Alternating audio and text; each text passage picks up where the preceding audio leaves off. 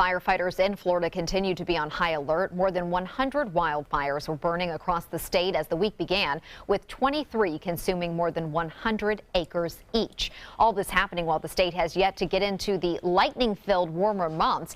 Since the start of the year, the Florida Forest Services recorded more than 1,400 wildfires, collectively consuming nearly 70,000 acres. The cabinet kicked off a pre-planned Wildfire Awareness Week at the state capitol today, with Governor Rick Scott issuing an executive order that declared a state of emergency across Florida due to the increase in wildfires. The order is intended to make it easier for agencies to share firefighting resources. These fires are dangerous, and we are blessed to have such brave firefighters in Florida to rush to the aid of our communities and protect us from the flames. What happens is you have a record wet year like last year. It stimulates a lot of growth in the woods. You grow a lot of underbrush, a lot of tender things. Then it stops raining, all of that dries up, and it's kindling material. The Forest Service reported 107 fires being battled Monday. Firefighters have been deployed to combat these wildfires in the Everglades and to battle a 300-acre fire near tourist-heavy International Drive in Orlando. The Forest Service says about 90% of the wildfires in Florida so far this year have been caused by people. And while crews from around the state battle many wildfires here on the Suncoast, officials are also dealing with our own fire concern, including an overnight fire in South County. ABC 7's Bobeth Yates has the details on that. From north to south Florida, wildfires continue to pop up throughout the state, including one here at Potter Park in Sarasota.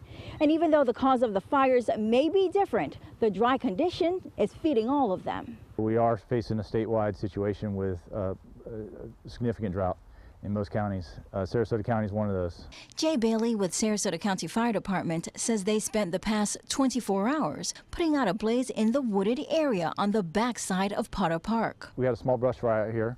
The crews came out and quickly knocked it down. This morning it flared up a little bit more. According to Bailey, the blaze began in front of this bench from what appears to be a campfire. The campers even left behind remnants of their cigarette packet. And while the official cause of the fire has not yet been released, Bailey speculates the blaze jumped from the campfire to nearby trees and then continued to spread, so far burning about a quarter acre. We live in this area and I have two small children. We're from Colorado where there's big fires, and it is something to take seriously. The fire makes everybody nervous, especially when there's no help in sight, but we have some good fire departments around here. With the help from the Sarasota Sheriff's helicopter, about 100 gallons of water was dropped on the blaze. Fire crews also worked with the Parks Division to prevent more flare-ups.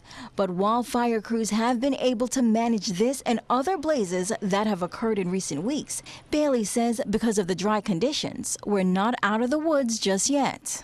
The real threat is going to become in May, late May and June, when we start getting the lightning.